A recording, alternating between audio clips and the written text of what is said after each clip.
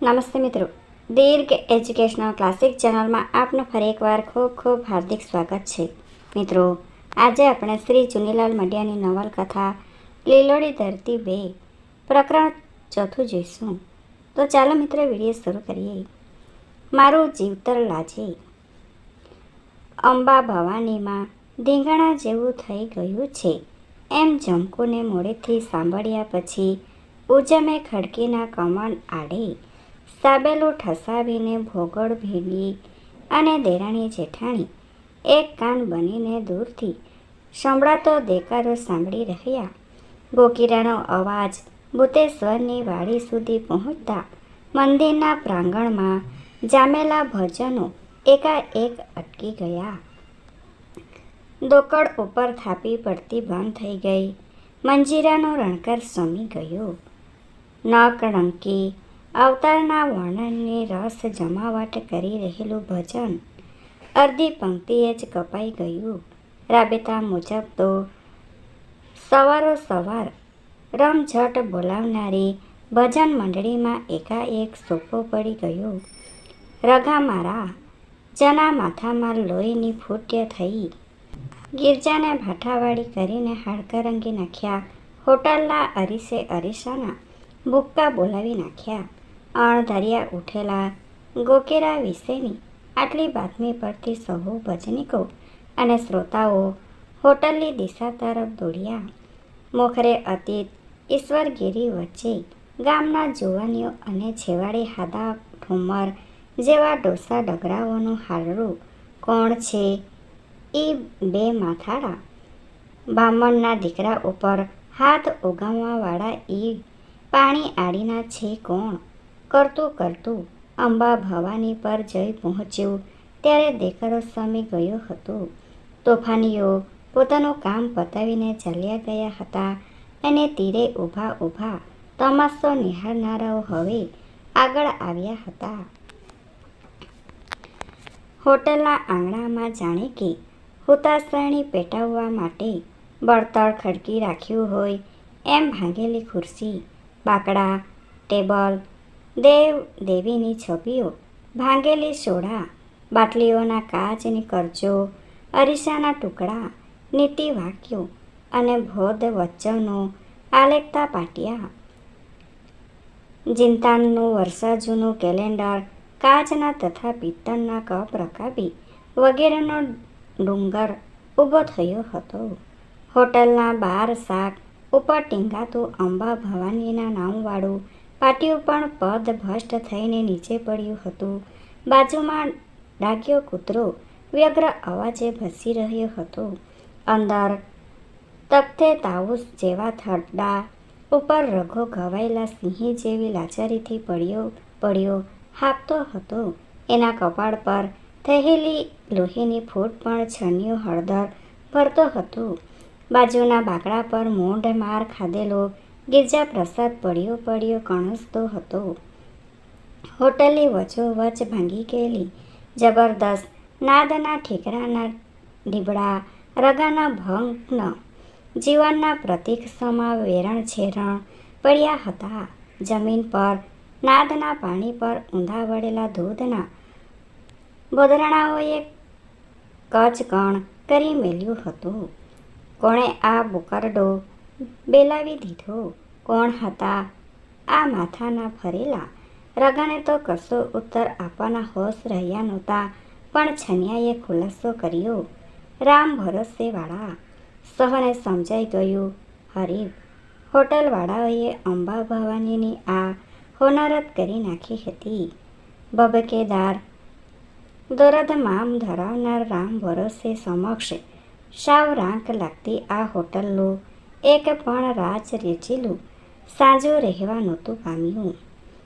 સવા કુંભારના હાથના ઘડેલા ગામની જે ધૂળ ખાંડની ચીકણી ગુંદ જેવી માટીના મજબૂત ચૂલાના ટુકડે ટુકડા થઈ ગયા હતા. ગુંદાસાને વર્ષો સુધી મનોરંજન પીરસી ગયેલ ગ્રાફોફોનની સંતો રંગેલી ભારી બેડા ચંદનહાર જેવી કુંડી બંધ ચૂડીઓના ચૂરેચૂરા થઈ ગયા હતા. સમગ્ર હોટલના દીદાર કોઈ દારૂણ જંગ ખેલાઈ ગયા પછીના રણ મેદાન જેવા થઈ ગયા હતા. વોય રે વોય માંડી રે. છન્યો રઘાના કપાળ પરથી ફૂટમાં હળદર ભરતો હતો ત્યારે પીઠિયા જેવો ખડતર રઘો નાના બાળકની જેમ ઓયકારો કરતો હતો. રેવા દે રેવા દે, માલિપા બાટલીના કાચની કણી રહી ગઈ લાગે છે. રઘાએ છન્યાને હળદર ભરતો અટકાવ્યો. ટપુડાને બરક્યો. ટપુડાને તુરત છન્યો વાડ કાપી વિદ્યા અને દેશી ડ્રેસિંગ ક્લાસમાં નિશાળ ગણાતા ટપુડા વાણંદને તેડાવા દોડ્યો. ઈશ્વરગીરીએ રઘાના વહેતા જખમ પર હાથ ફેરવ્યો. હાદા ઠુમરે કણસી રહેલા ગિરજાપ્રસાદને સાંત્વન આપ્યું. અણધારી ભજાઈ ગયેલી આ તાણાવલીલા પ્રત્યે સહુ પ્રેક્ષકો દિલસોજી દાખવી રહ્યા. જીવા ખવાસે દાવ તો આબાતે યોજ્યો હતો. એક જ કાંકરે 2-3 પક્ષીઓ મારવાની એની નેમ હતી. આમેય પોતે જેલમાંથી છૂટી આવીને રામ ભરોસે હોટલ શરૂ કર્યા પછી અંબા ભવાની એની આંખમાં કણાની જેમ ખૂંચી રહી હતી. રઘો આજ સુધી સમજુબા ઠકરાણાનો કૃપાપાત્ર હતો, પણ અમથી સુધારણ હજી ગારદ નથી થઈ પણ જીવતી છે એ હકીકત જાણ્યા પછી રઘા પરની ઠકરાણાની કૃપા ઓછી ગઈ હતી. બીજી બાજુ જીવા ખવાસે તાજના સાક્ષી બનીને કરેલા ખોટામણ પછી ઠકરાણા એનું મોડું પણ નહીં જોઈએ. કદાચ એ ખવાસને ગામમાંથી ઉજાડા ભરાવશે એવી એ વ્યાપક ધારણા હતી. એ સાવ ખોટી હતી. ઉલટાનો દરબારની ડેલી જોડેનો જીવાનો ગરોબો તો અગાઉના કરતાંય અટકો વધી ગયો હતો. એનો બાપ પાંચણ ભાભો અગાઉ અફીની કાકડી વિના ટાટિયા ઘસતો. એને હવે ઠગર કસુંબા જોડે ભરપેટ અમલ મળતો હતો. જીવા ઉપર પણ હવે ઠકરાણાના 4 હાથ છે એમ 2 આંખવાળા સહુ લોકો કહેતા હતા. રઘા પ્રત્યેની નફરત અને જીવા પરની અમી નજરનું સમજુબાનું આ ભેદી વલણ આજ સુધી કોઈને સમજાયું નહોતું. આમ ખીલાને જોરે કૂદી રહેલા વાછરડા સમો જીવો થોડા સમયમાં તો ફાટીને ધુમાડી ગયું.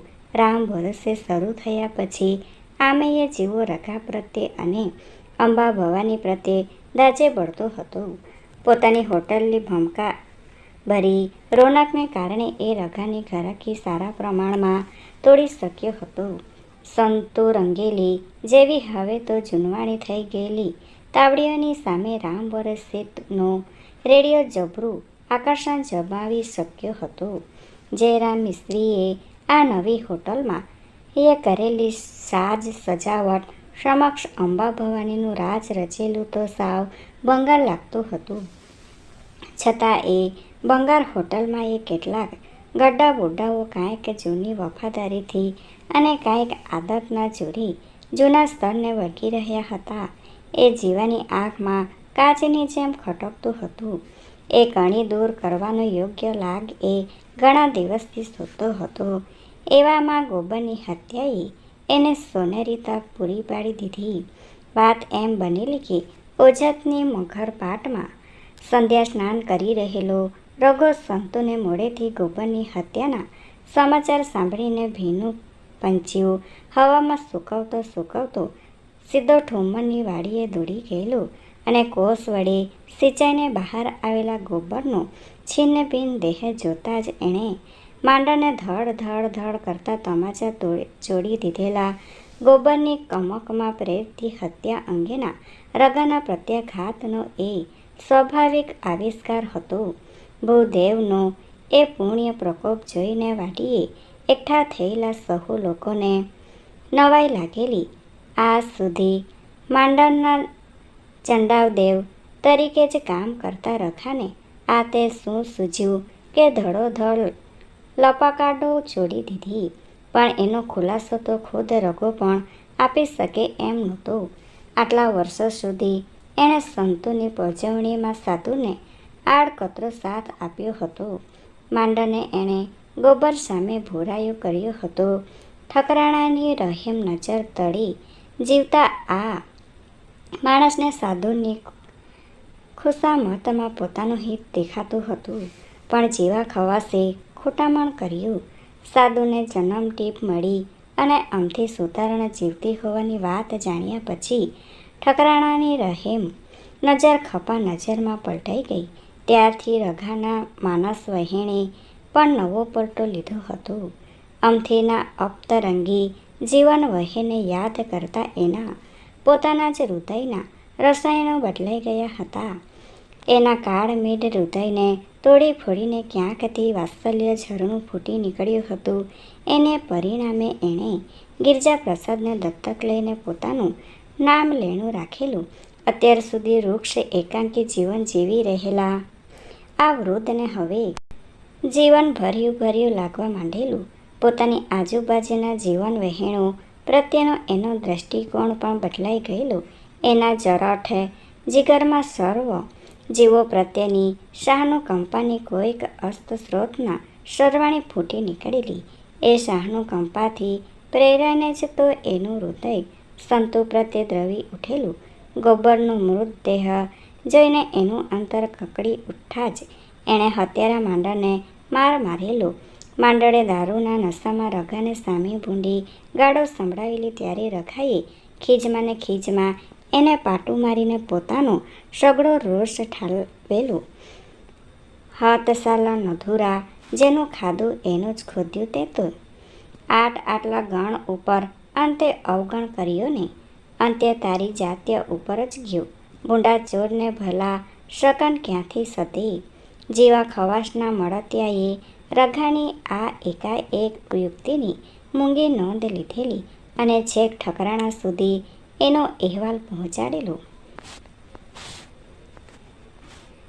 ખીજડાના થડ જોડે બાંધેલો માંડળ આખરે જ્યારે ચકચોર સ્થિતિમાં લથડીઓ ખાઈ ગયેલો ત્યારે રઘાએ સહુ સાંભળે એ રીતે ટકોર કરેલી. કણબીનો દીકરો ઉઠીને આવા કફને ચડી ગયો.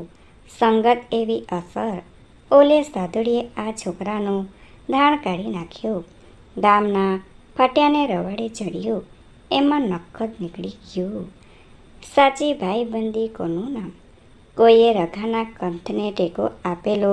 સાધુડીએ રૂપલી રબારને ગોળીએ દીધી હતી તો માંડળીએ આ ગોબરને ગારદ કરી નાખ્યો. સાધુડની જન્મ ટીપમાં સથવારો પુરાવા જાય તો સાચું ભાઈબંધ શેનું?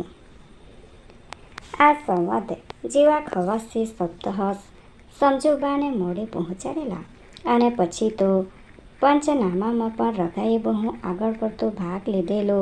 બધી જ જૂની વફાદારીઓ જતી કરીને એને શંકરબાઈ ફોજદાર સમક્ષ માંડળ સાધુ સંતો અને ગોબરના પૂર્વ વૃત્તાંતો રજૂ કરેલા. સંતો પર ઓઢાડતું હત્યાનું આણ તદ્દન તર્કેટી છે. માંડળ જ દારૂના નશામાં સુરંગ ઉપર પલીતો ચાપીને ગોબરને મારી નાખ્યો છે એમ એણે પંચનામા સ્પષ્ટપણે લખાવેલું. આ અને સાદુડ અંગેના કેટલાક ચોંકાવનારા આક્ષેપો સમજુબાને કાને પહોંચ્યા ત્યારે તેઓ મનમાં સળગી ઉઠેલા. એમને થયું કે આ માણસ હવે હાથથી જઈ રહ્યો છે.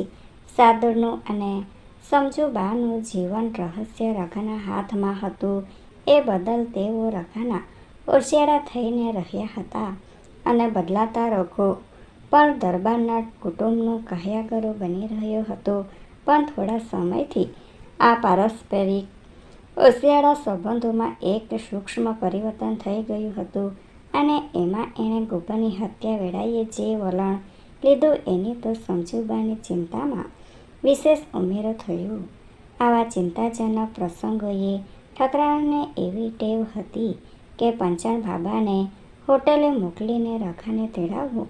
આ વેળા એમણે પંચાણ બાબાને મોકલ્યો તો ખરો પણ અંબા ભવાનીમાં નહીં, રામ ભરોસે આંગળે.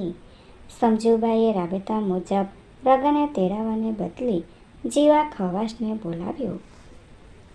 જેલમાંથી છૂટીને આવેલા આ હોટેલ પ્રત્યે સમજુબાને આટલું બધું વહાલ શા કારણે ઉભરાઈ રહ્યું છે એ એક રસપ્રદ રહસ્યનું વિશેષ બની રહેલ. એ અંગે ગામમાં તરહે તરહેના તર્ક થતા હતા. એક વાયકા એવી હતી કે જેવો જેલમાંથી કોઈક ભેદી કરામત શીખી લાવ્યો છે અને એમાં ઠકરાણાને આર્થિક લાભ દેખાય જ છે. સમજુબાઈએ અને જીવાએ મળીને કશોક સહિયારો ગુપ્ત વેપાર પણ શરૂ કર્યો છે. બીજી વાયકા એવી હતી કે જીવાના બાપ પાંચણ ભાભાના માનપાન આજકાલ બહુ વધી ગયા છે, તેથી જીવાને પણ હથેળીમાં રાખવો પડે છે. ગમે તેમ પણ સમજુબાઈએ પોતાના અસ્તિત્વ માટે વ્યૂહ બદલાવ્યો હતો. એ તો ચોક્કસ હવે એમને પોતાની સલામતી માટે રગો ભયરૂપ લાગતો હતો. બીજી બાજુ જીવો જાણે કે ડૂબતાનો તારણહાર બની રહ્યો હતો. એ તારણહારને તેડાવીને ઓછા બોલા ઠકરાણાએ મિતાક્ષરી ફરિયાદ કરી, આ રઘલો રોયો આડો ફાટ્યો છે. બા કીએ ઈ ભેગો એને પહાર્યો કરી નાખીએ. જીવાએ ફરિયાદ જેટલો જ મિતાક્ષરી ઉકેલ સૂચવ્યો. ઈ ભામટે મારી ઊંઘ ઉડાડી મેલી છે. બા કહમ દીએ તો ઈ ભામટાને બૂહી નાખે. જીવાએ બીડું ઝડપ્યું. ભૂસી નાખવું એ શબ્દ પ્રયોગ રિયાઝથી ઠકરાણાતોમાં સોવિયેટની લિક્વિડેશન ક્રિયાના પર્યાય રૂપે વપરાતો. આ પૃથ્વીના પટ પરથી રગાનું અસ્તિત્વ જ ભૂસી નાખવાની, એનો નામો નિશાન નષ્ટ કરી નાખવાની વાતથી તો ખુદ સમજુબા જ ગભરાઈ ગયા. ના ના, બૂહી નાખવાની તો વાત જ કરજે માં. રૂપલીને બૂહી નાખી એનો હોબળ તો હજી બેઠો નથી. રગલાનો તો આ ગામમાંથી ટાટિયો કાઢીએ એટલે હાવ કાલિયા સવારે દરબારની આંખે વિચાય. તઈએ રગલો જરાક આઘેરો હોય તો સુધ્ધું સારું. ભલે બા કહીને જીવો મૂંગો મૂંગો થઈ ગયો. તખુબા બાપુના ભાવિ મૃત્યુ માટે સમજુબાઈએ યોજેલા સિફતભર્યા વ્યૂહનો ખ્યાલ આવતા જીવો મનમાં ને મનમાં મલકાઈ રહ્યો. રગાને આપણી ખીજડીયાવાળી વાડીની ગંધ તો નથી આવી ગઈ ને? રગલાને શું, રગલાના ડોહાને એ ગંધ આવે એમ નથી. પાછલી રાત ત્યાંના ટાઢાપોર સિવાય હું ઓજારને અડતો જ નથી ને? તો ઠીક કહીને સમજુબા ચૂપ થઈ ગયા.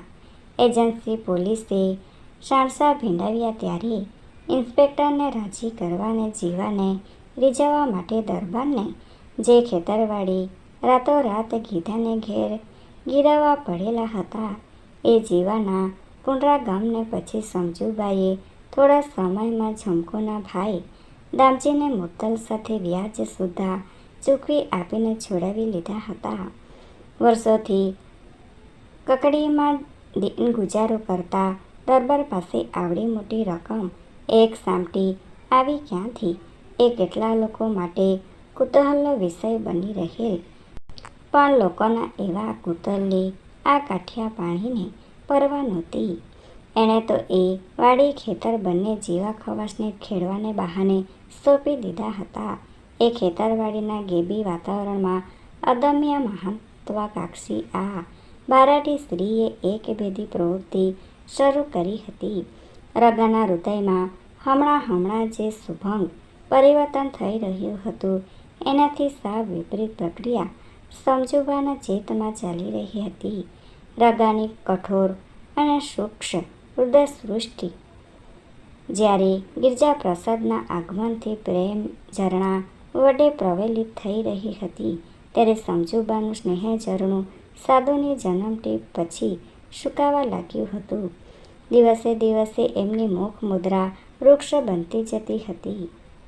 એમના હૃદયનો નૈસર્ગિક વાત્સલ્ય ભાવ પ્રચ્છન્નપણે ભાવમાં પલટાઈ રહ્યો હતો.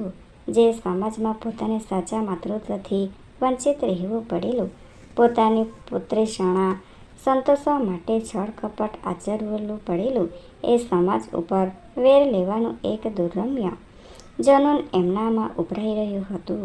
આ જનૂન પ્રેરાઈને જ તો એમણે જીવાને આદેશ આપ્યો, મારા માર્ગમાંથી રગલાનો કાંટો કાઢી નાખું, તમારા કીધા ભેગો જ કાઢી નાખું. માંડળિયાનો કેસ કે દી હાલવાનો છે? અજવાળી તીજની તારીખ પડી છે. તે દી રગલો સાપર જવાનો છે. પંચનો સાક્ષી થયો છે એટલે ગયા વિના છૂટકો થોડો છે. એને સાપર જાતો રોક્ય, જીવા ગમે એમ કર્ય, પર રગલાને સાપર જાતો રોક્ય. ભલે બા સમજુ બાને મોડેથી આદેશ લઈને આવેલા જીવાએ ઘા ભેગો ઘસકારો કરી લેવાનો દાવ યોજ્યો. ઠકરાણા પણ પ્રસન્ન થાય અને ગામમાંથી પોતાનો એકમાત્ર હરી પણ નષ્ટ થાય એવી એણે યોજના કરી. એક વેળાના આ બંને મળતિયાઓ હવે સામસામે સાવણિયામાં મોરચા બાંધીને બેઠા હતા. સંતોની સતામણી માટે અને સાધુની સલામતી માટે ભૂતકાળમાં જીવાએ સૂચવેલું દાવ આવીએ સોકટી મારવાનું સોનેરી સૂત્ર જીવાએ એ સૂત્રના સર્જકની સામે જ અજમાવ્યું. ભાદરવાની અજવાળી ત્રીજે રઘો સાપરની અદાલતમાં માંડણની વિરુદ્ધ જુબાની આપવા જાય એ પહેલાં જ શ્રાવણના છેલ્લા સોમવારની રાતે જીવાએ ભાડૂતી માણસો રોકીને રગા ઉપર ઘા કરી લીધો હતો. પોતે પડદા પાછળ રહીને એવો તો સરસ નુસ્ખો અજમાવ્યો હતો કે કોઈ ઉપર સીધો આરોપ ન આવી શકે. કોઈ એક જ વ્યક્તિ ઉપર ફોજદારી ન થઈ શકે. રગો મરે નહીં પણ અપંગ થઈ જાય અને અંબા બાવાની હંમેશને માટે બંધ થઈ જાય. સાપ મરે નહીં, લાકડી ભાંગે નહીં અને છતાં અપેક્ષા હેતુ પૂરેપૂરો સિદ્ધ થઈ જાય એવો આ વ્યૂહ આ બાદ સફળ થયો હતો. આખે આખો વળાઈ જાય તો એ ઉકારો ન કરે એવો રઘો મૂંઢમારની વેદનામાં નાના બાળકની જેમ બોકાસા પાડી રહ્યો હતો. એ જોઈને ઈશ્વરગીરીની આંખમાં આંસુ આવ્યા. ટપોડો એના ઓજાર લઈને આવી પહોંચ્યો એટલે હાદા પટેલે એને ખખડાવ્યો. એલા ખરે કટાણે ક્યાં સંતાઈ ગયો તો? બજારમાં બંધ દાટી બોલી એટલે મારી વહુએ કીધું કે ખવીસો ગામ ભાંગે છે. મને શી ખબરે કે રઘા બાપાનું માથું રંગાઈ ગયું હશે. ટપુડાએ હળવે હાથે રગાના કપાળમાંથી કાચની કણીઓ કાઢવા માંડી ત્યારે એ વયોવૃદ્ધ માણસના મોઢામાંથી પણ જે કાળી ચીસ નીકળી ગઈ એ સાંભળીને અડખે પડખે ઊભેલા સહુના હૃદય પીગળી ઉઠ્યા. અર, આ તો ધર્મીને ઘરે જ દાળ પાડવા જેવું થયું. રગા બાપાને તો ભોયમાંથી ભાલા ઉગ્યા. બચાડા જીવ આ પારકા છોકરાને પોતાનો ગણીને માંડ પગ વાળીને બેઠા હતા એમાં આ ઉપાધિ આવી પડી. ગામના માણહ અદેખા કાંઈ અદેખા કોકના સુખના રોટલામાં પાણો ફેંકવામાં જ સુરા પૂરા. ટપુડાએ રગાનો જખમ સાફ કરીને એમાં બાળેલું રૂ ભર્યું. એ દરમિયાન હાદા પટેલ અને બીજાઓએ મળીને રસ્તા પર પડેલો હોટલની ઘર વખરીનો ભંગાર અંદર સારવા માંડ્યો હતો. એમને રઘાએ વાર્યા. ઠાલો દાખાડો રહેવા દિયો. ઘરમાંથી બહાર નીકળ્યું અને હવે ઘરમાં ઘાલવું રહેવા દિયો. રગાની સૂચનાને અવગણીને લોકો બહારથી અંદર સામાન સારતા હતા અને રગો સ્વઉક્તિઓ ઉચ્ચારતો રહ્યો. આજથી આ હોટલો ચૂલો ફરીથી નહીં સંગ રૂકાય. ઘણા દીએ મેં ગામને ચા પાઈ. હવે ગામ હાર્ય મારી લેણાદેણી પૂરી થઈ ગઈ લાગે છે. આ ધરતીમાંથી મારા અંજણ પાણી ઉઠી ગયા છે અને પછી જીવા ખવાસ જોડેના પોતાના સંબંધો અંગે થોડું આત્મનિરીક્ષણ કરવા માંડ્યું. મારા હાથના કર્યા જ આજે હૈયે વાગ્યા. જીવલાને મેં જ મોટો ભાગ કરી મેલ્યો હતો. એ મારું દૂધ પીને ઉછરેલો મને જ ડંખ્યું. મારા અહીંના કર્યા અહીં જ ભોગવવા પડશે. ઈશ્વરગીરીએ સૂચન કર્યું. જીવા ઉપર ફોજદારી માંડો. ના રે બાપુ, જીવલાને દંડીને હવે મને કયો ફાયદો થવાનો હતો? ઉલટાનું એના મનમાં ઝેર વધશે. પોતાનો દાવ આબાદ પાર પાડ્યો હોવા બદલ જીવો આનંદી રહ્યો. રગાએ અંબા ભવાનીને બંધ કરી દીધી. વળતે દિવસે એણે ભાંગેલા ચૂલાની જગ્યાએ નવો ચૂલો ગોઠવ્યો જ નહીં અને બધી ગરાકી સીધી રામ ભરોસાને સોંપી દીધી. એથી જીવાને વિશેષ આનંદ થયો. પોતા ઉપર થયેલા હુમલા બદલ અને હોટલે થયેલી નુકસાની બદલ એણે ફરિયાદ નોંધાવવાની ના પાડી. તેથી જીવાના આનંદની પરિસીમા આવી રહી. પણ જીવાને કમનસીબે એક બાબતમાં એની ગણતરી ખોટી પડી. ઘવાયેલો રઘો હવે અજવાળી ત્રીજને દિવસે માંડણના ખાટલામાં પંચના સાક્ષી તરીકે જુબાની આપવા નહીં જાય એવી ધારણા સાચી ન પડી. રગાએ જાહેર કર્યું, હું તો ગાડે બેહીને એ સાપર પૂગીશ. જીવાએ ત્રાહિત માણસો મારફત ગર્ભિત ધમકીઓ પાઠવી. ખેર નહીં રહે, જાન જોખમાઈ જશે.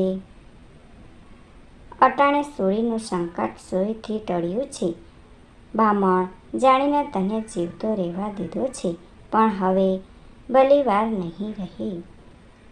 જુબાની આપવા ગયો છો તો તારા હાલ પણ ગોબર જેવા થશે ને અમને બ્રહ્મ હત્યાનું પાતક ચડશે. પણ આવી ધમકીઓ મળતી ગઈ તેમ તો રઘો વધારે ક્રૂર નિશ્ચય બનતો ગયો. હવે તો જિંદગીને જોખમે પણ સાપર જવાનું. ગામની વહુ દીકરી ઉપર ખોટા આણ ચડતા હોય તય મારા હોઠ સીવી રાખો તો મને પાતક ચડે. સંતુ એકલા ટીહી વાગડિયાની જ દીકરી નથી, ગામની દીકરી છે.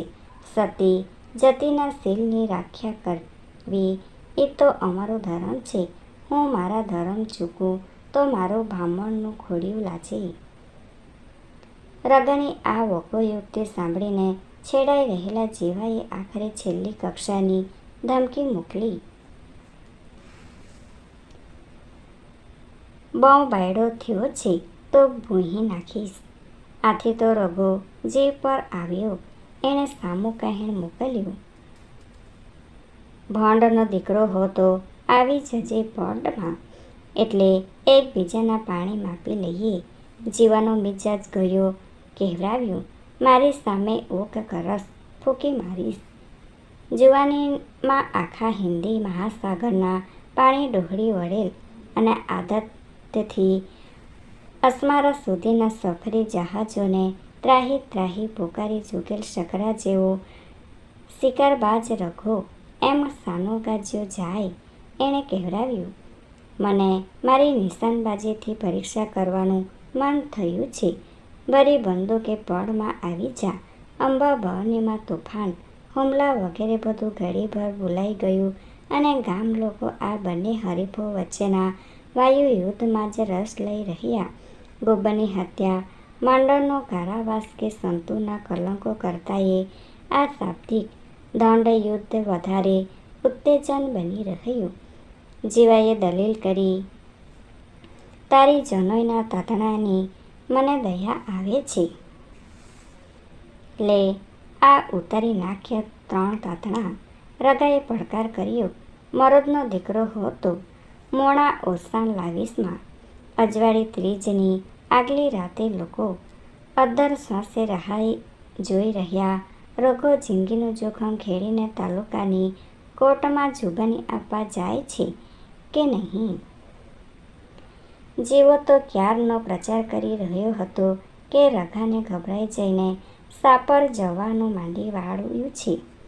પણ રઘાએ તો સહને આંગળા કરાટા કરી મૂક્યા. પોતે હાથે પગેને માથે ઘવાયેલો હોવાથી એક ડગલુંએ ચાલી શકે એમ નહોતો. તેથી એણે રાતોરાત જુસ્પા ગાચીને બોલાવીને એનો પાલાવાળો રેકડો બાંધી લીધો. સવાર પડતાં જ એ રેકડામાં સૂતો સૂતો સાપરના પંથે પડ્યો. જતાં જતાં પાદરમાં ઊભેલા માણસોને એ કહેતો ગયો, સંતુને માથેથી કલંક પૂછવા હું ન જાઉં તો મારું જીવતર લાજી. Thanks for watching. Please subscribe my channel. Thank you.